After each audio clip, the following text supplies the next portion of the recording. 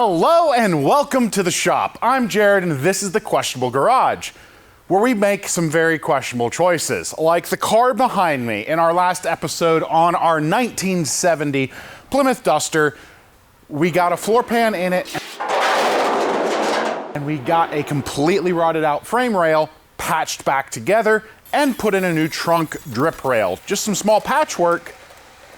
Well, no, the floor's not very small, but some very major patchwork to get this thing moved along a little bit closer to our goal of being the first person to enter and compete, maybe win, at all three events in September that Holly puts on: the LS Fest, the Mo Party, and the Ford Fest. Meaning it needs to have an LS or LT, needs to have any generation Mopar engine, and then a Ford engine in it in a span of 3 weeks. And Grand Champion isn't just drive on the grounds and look pretty. I'll have to do the pretty looking side of things. It is road racing, drag racing, autocross, the 3S, which is steer, start, stop, which you saw me do in Roadblock last year for fun against Tom, and his Dodge Charger Ute. It's a lot of major, hard driving. I want to be as competitive as absolutely possible, so we're turning a car that literally was destined for the scrapyard. Taylor Hull planned to use it in his YouTube series to jump it as a stunt car for his car Stonewall. This was named Stunkwall with him, and jump it, crash it, goes to the scrapyard, done. Instead, he gave it to me, and I am...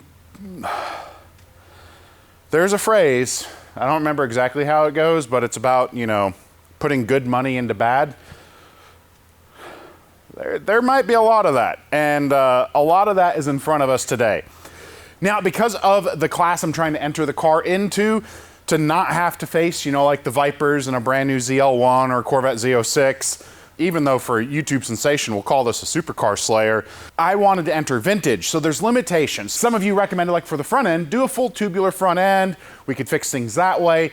Problem is, rules don't allow it, so I have to build the car to fit a certain set of rules. So the main unibody needs to be the core. In a unibody car, like what this Mopar is, the chassis and the body is your frame, and you have things like subframes that bolt into it. They work really well, they're economical to build, but you have problems sometimes when you push them to the extreme, especially with modern horsepower, where each of our engines are producing just over 400. You get a lot of chassis flex, and anytime you make a steering input and you have to wait for your whole car to twist, it slows you down when you're racing. So that's where I called up a company that makes pretty much the best option when it comes to chassis stiffening for these Mopars. USCT, US Car Tool. They're out of North Carolina, and they have their level 3 chassis stiffening kit plus core support. You know, our core support's rusted and fall apart. They have an upgraded core support for additional stiffening, plus all of these parts in front of you. So this is going to be a major heavy fabrication and welding episode, and we're gonna finish it off with our interior and engine bay painted. That's pretty much the only paint we're doing to it. And we might actually get that front K member from QA1 bolted in by the end of it. But let's talk about what we've got on this table really quickly. Sitting right here, we've got spring relocations. It actually moves the springs, I believe, about 4 inches inboard on both sides, which lets us fit a bigger tire in the rear. Normally, you know, most of the vintage cars back in the day, they didn't have a big wide tire. One of the just cheapest, easiest ways to improve grip is a good tire and as wide that you can possibly make. That's gonna give you a bigger contact patch, which is gonna let you get traction to the ground. Current setup, we can't go that wide. There's big limitations with it. So with those spring relocation brackets, we bolt them in, weld them in, and it moves us in 4 inches. That's a lot more rubber. But then we run into a new problem. Once we've done that, our wheel wells won't allow us to run that bigger tire. So that's where we have these right here. It's part of what they call a mini tub. What this lets us do is cut out the factory housings, move them inboard a couple inches to allow us to fit the rubber that those spring perches just gave us. Next up, we've got, if you remember in the Jeep rust repair video, these look like full frame rails, right? And that's because that's what they really are. They're what they call subframe connectors. The way this unibody is designed, you have the main center section of frame that comes in and ends right about here, and then you rely on your rocker structure to then tie back into the rear frame section. But there's a straight line where you could, in theory, connect that front frame rail to the rear frame rail. And that's what these do. They allow us to weld into our brand new floor, weld into the frame sections front and rear, so we now have something solid front to back of the car. It's one of the best things you can do for unibody cars. Next up, we've got what they call torque box connectors. These things are really neat. What they end up doing is they tie that inner frame structure into our outer rocker structure, which is also part of the frame, and again, gives us a nice point of stiffening. Their motto is get stiff. It's kind of appropriate. We're doing everything we can to corner brace and tie this chassis together, so we're gonna be able to turn real fast. Next up, I've actually got two pieces that are kind of one and the same, is that front core support. If you remember, ours is pretty much rotten and not there. This is an upgrade or full-blown replacement. You can either cap and put this piece on top of your existing core support, or in our case, replace it. Speaking of replacing, that's what this piece is. This is part of their full upgraded core support. Here's some more pieces to it. We've got the full structure we'll be putting in. What this ends up doing is replacing that really thin, small sheet metal in the very front of the car with much thicker, heavy-duty steel that you can weld in a little bit better. And again, it keeps your box from twisting and rotating around.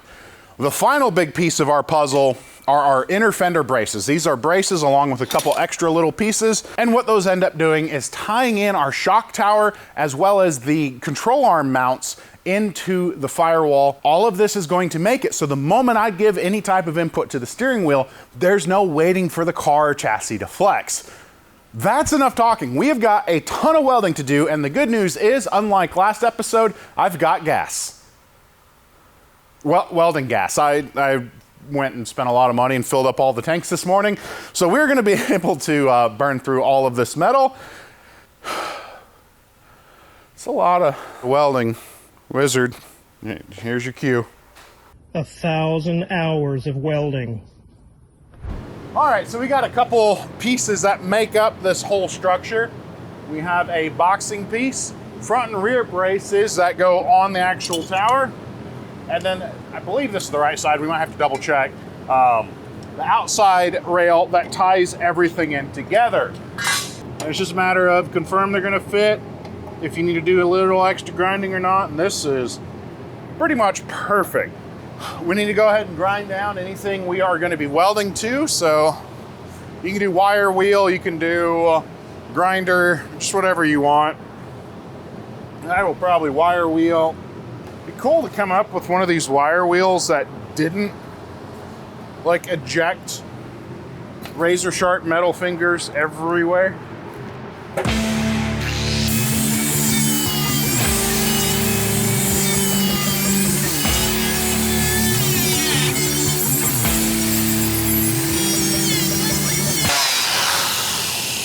Like that. Ow. So you may ask why I don't wear gloves. The reason I'm not a big fan of gloves, especially with something like this, is if it catches your hand, it's just gonna pull and twist. And I've had a grinder bite a disc, break, throw itself out of my hand. The dead man switch was on, caught my lap, and then spun around punching me repeatedly. Thankfully, nothing important was cut, just a real bad bruise and pain. I then removed the dead man switch off every single grinder in the shop. Wait, no, dead man switch is what you want, so that way when you let go, it stops going. I removed the locks off of everything, so you had to actually hold it on. Some people complain, but when you drop a grinder, you kind of want it to stop. But again, along that vein, I don't like the gloves, unfortunately, because if this catches it, it's gonna bite into your hand. And I find that sometimes just a couple extra little cuts are worth the, I guess, risk.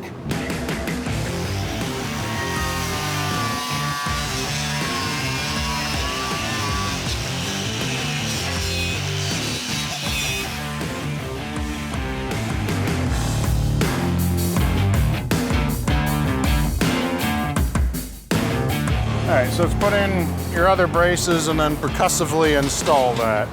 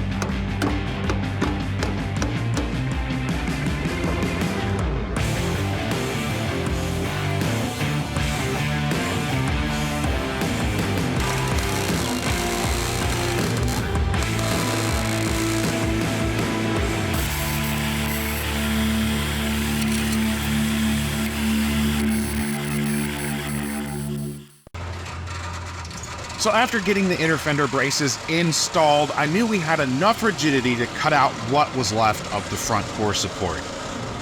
The bottom was completely rotten away, but the top still was there, holding a little bit of structure. So with the inner fenders locked in place a little bit better with those bracing, we cut all that metal out. And thankfully the Sawzall behaved a lot better this time.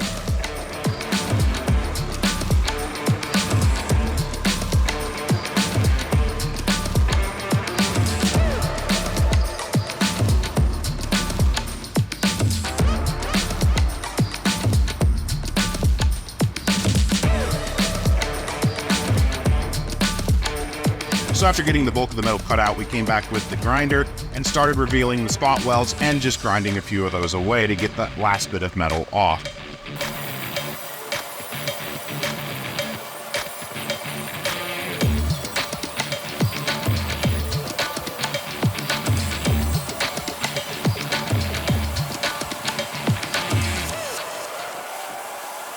And whatever we couldn't quite grind away, we just came back and drilled out like you normally do with those spot welds.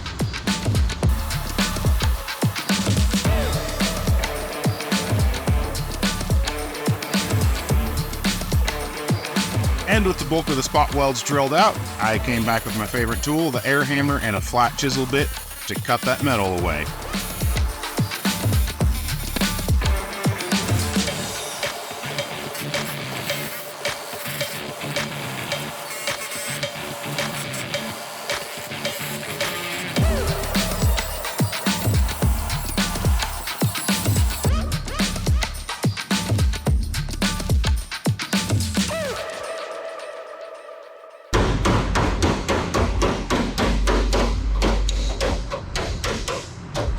And here you can see I'm starting to fit that upper brace and the lower brace, getting it locked in where it needs to be.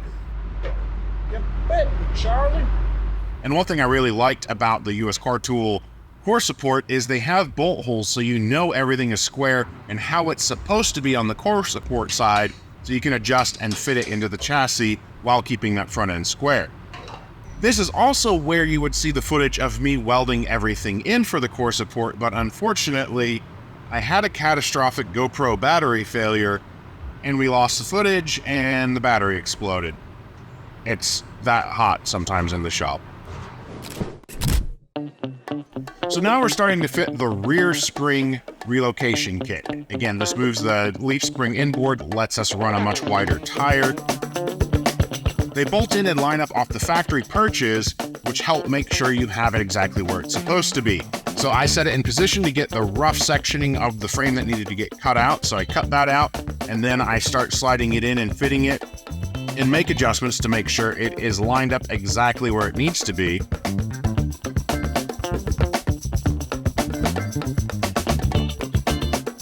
Now, given our chassis' perfect, squareness, I have to come in here with my come along and actually pull the front end over just a little bit to make sure we are pointed exactly square and how we should be, and then I weld it in. That's pretty much how all of the welding felt. Now, once I got the right side cut out, before doing any welding, I'm going through and measuring and making sure it is square to the left side, because even if we're a tiny bit off, you need to make sure it's as consistent and pointed in the same way as possible. Once I know it is pointing in the right direction that I want it to be, we weld it in. Lots of welding. Lots of welding. 1,000 hours of welding.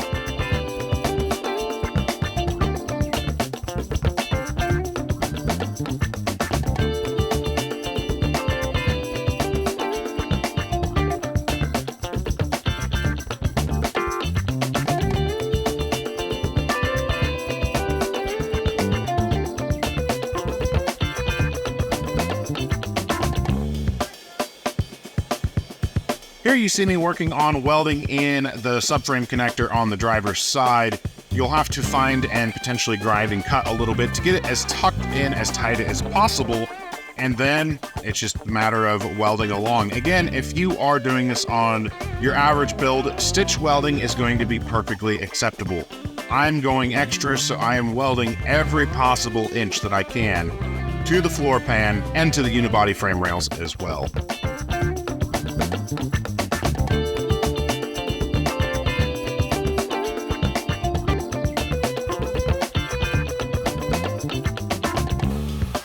And with the front leaf spring relocation done, we need to get the rear set up.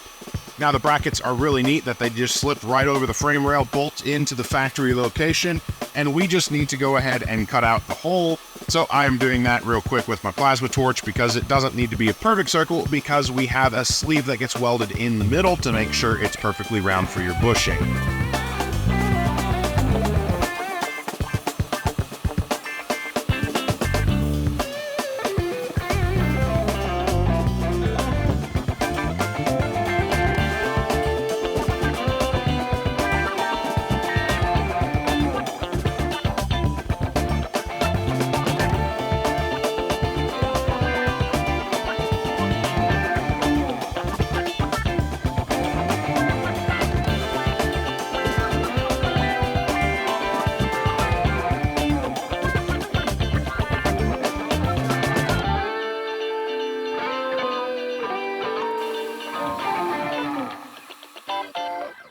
Well, let's get you guys updated. I'm tired. I think I'm getting a suntan through that welding helmet. And I've been narrating you along the process, but I figured I'd go ahead and show you some of the progress up close and personal, what we're doing, why we're doing it. Also, I just needed a break from the heat. It's warm. I'm going to say though, very impressed at this point with the Harbor Freight MigMax. I've put 33 pounds of wire through that machine in just over 4 days. Hasn't skipped a beat, hasn't hit thermal, hasn't done anything. I'm running it as hard as I can possibly do it. And it's just going along, and you know, I'm not the best welder, but I'm putting metal together. So we'll go ahead and come here first, or we still got a ground clamp. This is part of the spring relocation, where we actually would meet. Normally your leaf spring sits here, we bring it into here. That's part that, especially when we add in our mini tub through here, we're gonna be able to get a much wider tire in here. Again, that's gonna give us contact patch, which is gonna let us make the thing hook up. Also part of that is this here. This is the rear relocation. You used to sit here. We use the bolts to locate it, spot this in, drill our through hole. Then there's a tube that we weld in place there. Kind of a pain to weld on this side because of the wheel well. But again, inboards our leaf spring. Come up here, we have our subframe connector put in. On my car, you know, it's little tweaks. So some of the things are going in a little tweaks. Ideally, you also want your car sitting on its suspension when you put subframe connectors in. I don't have a suspension, so we're going with what we got. My philosophy is if it's a little crooked, if it's a little tweaked, I can make adjustments, and it's going to be very predictable. Everything about the car, it won't change. It is so locked in exactly how it is. Whatever driving characteristics we pick up, we can account for. So we got that, we got the bottom floor. Still got to do some stitch welding where we're going to connect in more places, more rigidity. We're going to add some stitch welding on the transmission cross brace yet. And then up here, I got a torque box in. Again, this ties in our inner frame to the outer frame through more than just, this is all you had really originally to box this in to your outer frame section. So you add in this real nice piece. Still got to run our subframe connector. There we go. Still got to run that subframe connector, all the rear spring stuff. We have got the beast of the core support welded in. I opted to go ahead and add this. There's no reason not to add that to the bottom on top of everything else, even though it's insanely robust. That's fully welded in.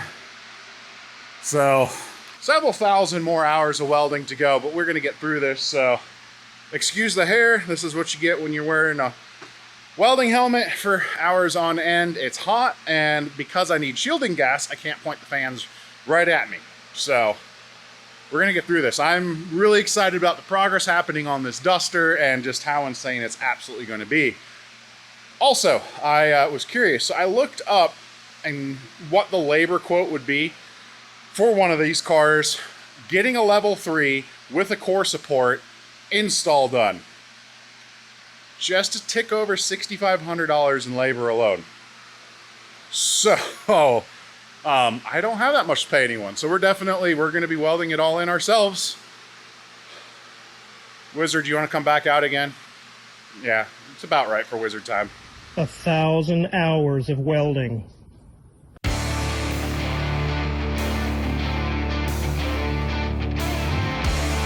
Here I'm getting ready for our mini tub process by removing a lot of the tar coating that they put in the wheel wells. This is there to protect it against rocks flying up or just to get in the way when someone wants to do mini tubs.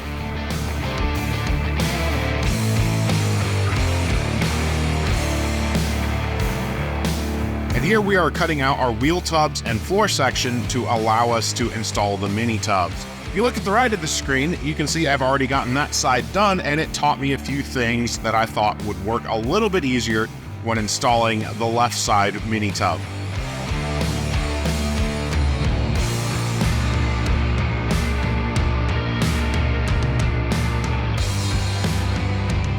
First, I found just cutting the floor and wheel tub out together and then removing the frame section from the mini tub worked a lot better than drilling out all those spot welds. One of the big reasons I found is as you drilled the spot welds, they didn't all perfectly line up with the flattened frame rail, and that left you with holes you would have to fill in later with weld or seam sealer. I found the process that worked best for me was using their templates, using a plasma torch for the frame side cuts, and then for where it meets the outer wheelhouse, I would cut with the cutting disc and then come back through with the sawzall, keeping it flush against the flanged end.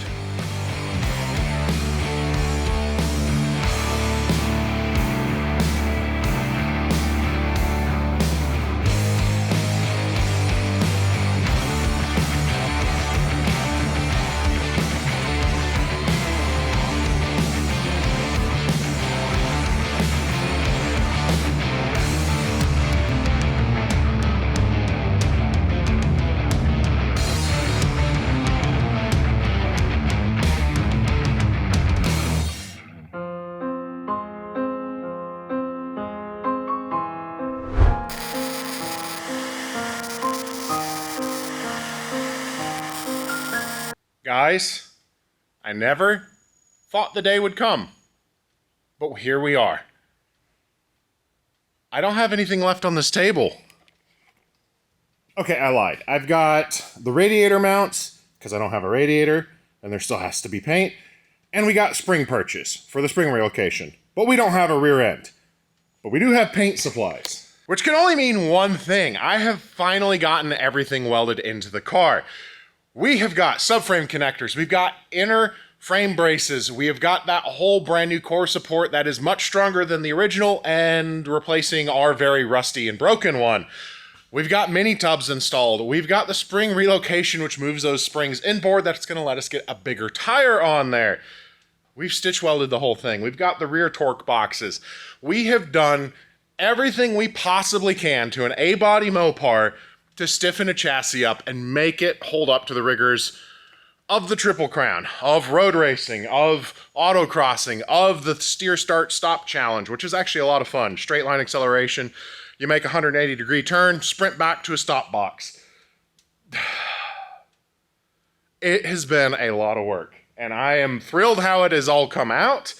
I am really looking forward to the next steps in the process, because really, other than our next immediate episode on the car, which is all the scuffing and painting and getting things sealed up, because as you can see, we've already got some surface rust on the outside where we haven't quite treated the metal yet.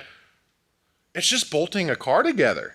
It's the easy stuff. We're bolting in parts, we're wiring it, we're doing fuel. Oh, speaking of wiring, we've got a new shirt available for all of you. On Instagram, when I was talking about the Ferrari 308, I made reference to nothing is more permanent than temporary wiring that works. The guys at Bunker Branding absolutely killed it. Following some of the feedback from you where you like small logos on the front with the big design on the back, let's see if we can figure this out. All right, we're gonna put the camera here on its little tripod, and we're gonna turn this up. I'm gonna do all of this, and then Dwayne's just gonna like paste in the shirt. Check that out. nothing's more permanent than temporary wiring that works. I love how that shirt came out. The guys have killed it, as always, on their design. So head on over and get yourself one of these shirts or one of the other mini shirts in the fleet. Because I'll be honest, we're building a really expensive car that is going to look like crap, and I absolutely love it. We're still trying to come up with a good name. Fascinator's kind of fun. Maybe that sticks. I don't know. We'll see. We'll come up with something great, but I am tired. It has been 5 straight days of welding. The factory assembly way is spot welding, which would have saved a tremendous amount of time, days of work, but I'm wanting to throw everything I possibly can to make this the best possible free car you possibly could make. 33 pounds of 035 welding wire, 250 cubic feet of 7525 argon CO2 gas, 15 cutoff wheels, 11 grinding wheels, several saw blades for the sawzall, 2 protective covers for the welding mats because it was all overhead welding, and 2 tips and 1 nozzle for the welding gun. That's a lot of welding in a week. All of you welders, hats off to you that you do it all the time. I'm impressed. If I ever do this again, or if you do this at home, I strongly recommend that you do it on a rotisserie where you can turn the car upside down. Way easier. Way easier. But you know what? The metal's together. I know it's going to hold up strong, and sure, it could be prettier, but my project's closer to running. Your project at home, you'll be closer to running. So go for it. Don't be afraid to burn some metal. Don't be afraid to build your project. As Derek says, your project never is going to work if you don't. Don't be afraid of making mistakes, because that's how you learn. So I've got metal welded together. I've got a much stiffer A-body chassis.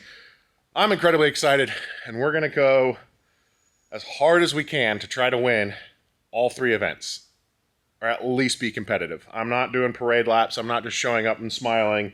I am trying to build as serious a race car as I possibly can. So appreciate you guys, as always, hanging out for these insane adventures. Next video that actually is going to come out is going to be something a little bit different and a whole lot of fun and a little bit easier work, because I'm still waiting on a couple things to come in for the next step on the Duster. So I'm Jared, reminding you guys to always make questionable choices, and don't be afraid to try. Worst thing that's going to happen, you're going to learn something. We'll see you.